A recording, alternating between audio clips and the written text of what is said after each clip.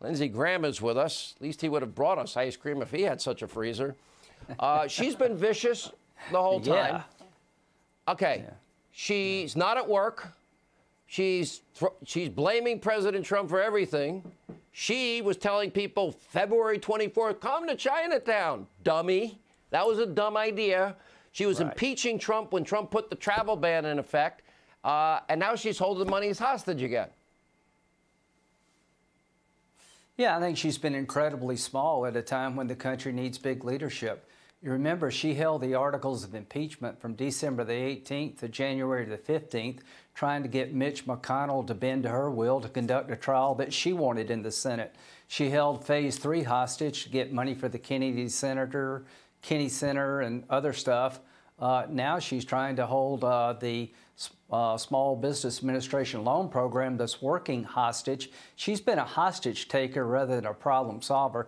And the one thing I want to say about President Trump, the guy that I've got to know in the last 3 years, listens and he leads. He listens to Dr. Fauci and Dr. Birx, and he's come up with a phased opening of the country. He listens, he leads, and Nancy Pelosi undermines and destroys. Very sad. Have you been following Bret Baier's reporting about how the patient zero is a guy that got infected with corona from a bat? He worked in that Wuhan laboratory. Now, I had seen all the conspiracy theories that it was manufactured there. Okay, his report doesn't say that. But apparently, China banned travel in and out of Wuhan province, according to Bret. But they let people from Wuhan travel internationally and infect the rest of the world, and this is the result.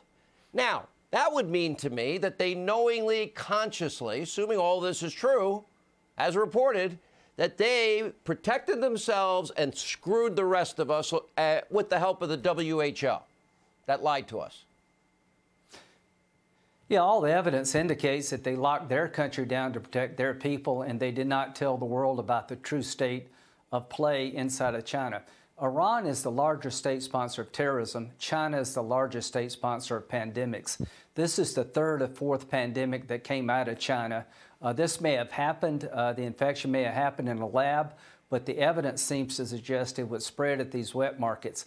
What did we do to Iran, who's a bad actor? We sanctioned Iran. What should we do to the largest state sponsor of pandemics on the globe? We should sanction China to get them to change their behavior. Senator Cruz has a bill to do that. They need to pay for this, because that means that they knew Wuhan was so dangerous you couldn't travel in or out within China. But that would mean they have blood on their hands. Because if they didn't tell the rest of the world what they were doing with Wuhan, but they let Wuhan, people travel everywhere else, they didn't give a flying rip about what they were doing to the rest of the world. They knew it was bad, and they let it happen. If it were not for the irresponsibility of the Chinese Communist Party, there would be no pandemic in the world. Americans would be alive today, and 22 million people would be at work.